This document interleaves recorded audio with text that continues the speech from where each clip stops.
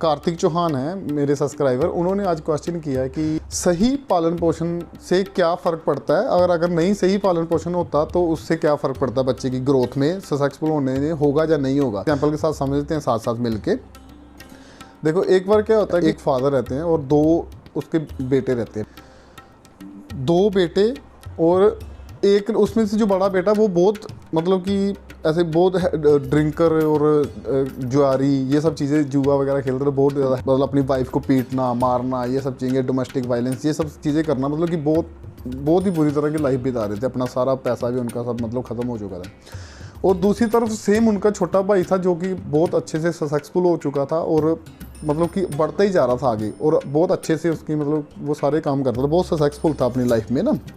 उन दोनों की लाइफ को जब स्टडी किया गया तो उनको बुलाया गया अलग अलग, तो उनको पूछा गया कि हाँ यार आपका मतलब कि जो फेलियर होने का क्या कारण है। बड़े बेटे को पूछा तो जो बड़ा बेटा उन्होंने क्या बोला कि मेरा फेलियर का कारण मेरा बाप है। मेरा बाप मतलब इतनी ज़्यादा ड्रिंक करते थे, और फिर मेरी जो मदर है उनको साथ वो डोमेस्टिक वायलेंस करते थे, उनको मारते थे पीटते थे, उनको गालियाँ वगैरह देते थे। तो मैं यही देख देख के मैं बड़ा हुआ हूँ, तो फिर ये सारे गुण मेरे में आ गए, इस वजह से मैं अपने फेलियर का कारण अपने फादर को मानता हूँ। तो सेम जब छोटे बेटे से जो कि बहुत ज़्यादा सक्सेसफुल है उनसे पूछा गया कि हाँ आप बताइए कि आपका मतलब इतनी ज़्यादा सक्सेस को अचीव करने का क्या कारण है।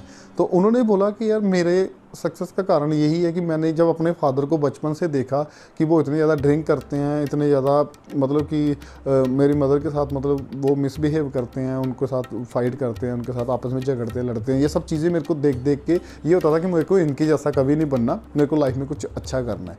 तो देखो सेम अपब्रिंगिंग में कैसे अपने अपने माइंडसेट की वजह से वो दोनों ने अलग अलग अपना मुकाम अचीव किया है ना। एक फेलियर की तरफ बढ़ता चला गया और दूसरा सक्सेस को अचीव कर तो ये हमारे पे डिपेंड करता है कि हमारी अपब्रिंगिंग का हमारे हाथ में तो है नहीं। हमारी जो अपब्रिंगिंग हुई है, जहाँ हो चुकी है, जहाँ हो रही है, वो हमारे हाथ में नहीं है, लेकिन हमारा नज़रिया वो हमारे हाथ में कि हम उसको कैसे चेंज कर सकते हैं, बोल सकते हो कि जहाँ उसके थ्रू हम कैसे देख सकते हैं जैसे कि हमें सक्सेस होना। आजकल तो यार इतने मतलब कि आप खुद देखो यूट्यूब्स है, आप इतनी सोशल मीडिया है जिसमें आप अच्छा नॉलेज गैदर कर सकते हो, क्या सही है क्या गलत है करके ये सारी चीज़ें आप गेन बिल्कुल सही है। ये हमें कैसे पता चलेगा, ये भी तो एक अलग अलग कहानी है ना। हमें जो आसपास के एरिए से, जहाँ हमारी सोसाइटी से, जहाँ हमें मोम डैड से जो हमने सीखा है, क्या वही सही है या इसके ऊपर भी कुछ और चीज़ें हैं। इसके ऊपर हमें रिसर्च पूरा वेरीफाई हमें ज़रूर करना चाहिए। वो कैसे पता चलेगा हमें कि कैसे मतलब हम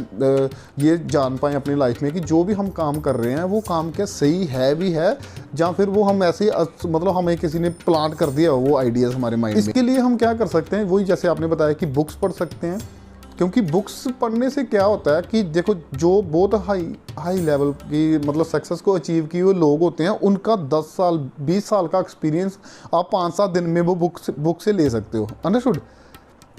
हाँ, तो इसलिए बुक्स नंबर 1। नंबर 2 कि आप उन लोगों को फॉलो कर सकते हो जो लोग ऑलरेडी मुकाम पे पहुंच चुके हो।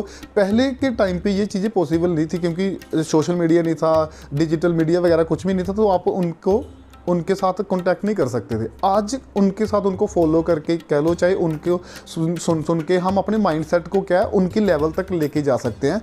तो स्लोली क्या होगा, हमारा माइंडसेट भी उनके साथ मिलना, रेलेवेंट होना शुरू हो जाएगा। जब हमारा माइंड का लेवल जब हमारा वहाँ तक पहुँच जाएगा तो उससे क्या होगा कि हमारी ऑटोमेटिकली हम लोग मतलब कि हमारे माइंड की ग्रोथ हो जाएगी।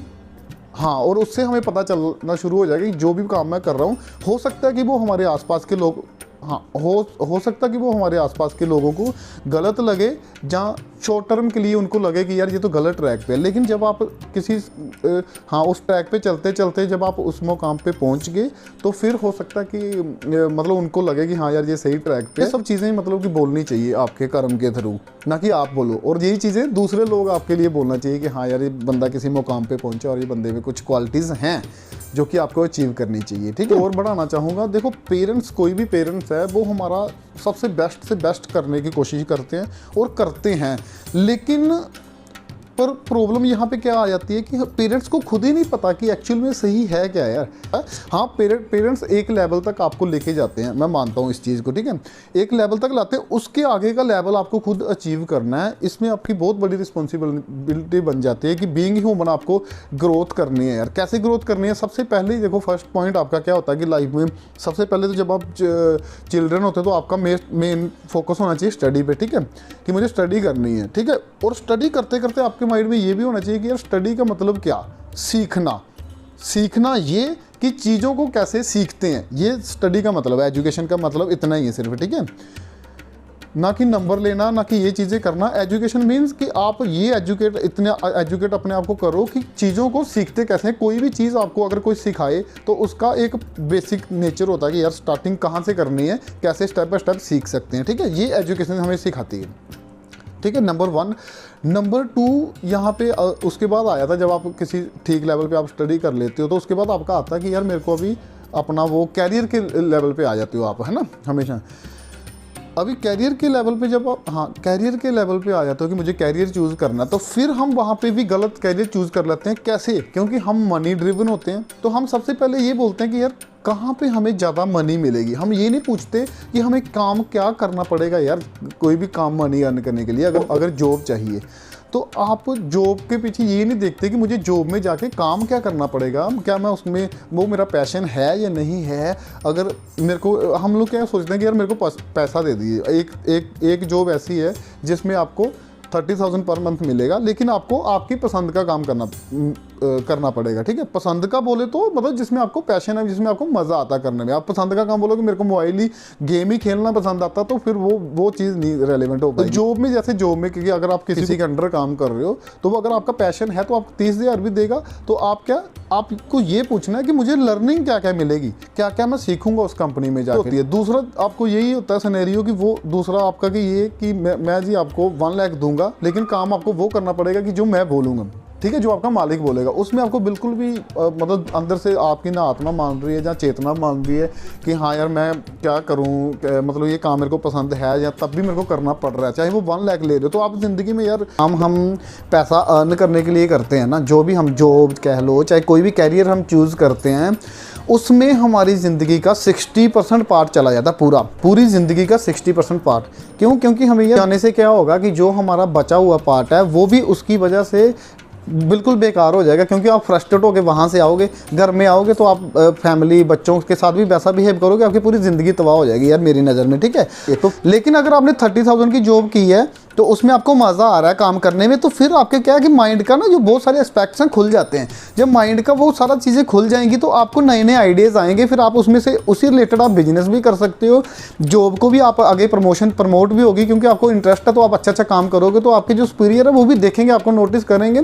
नेचुरली है कि आपकी ग्रोथ होगी उस फील्ड में।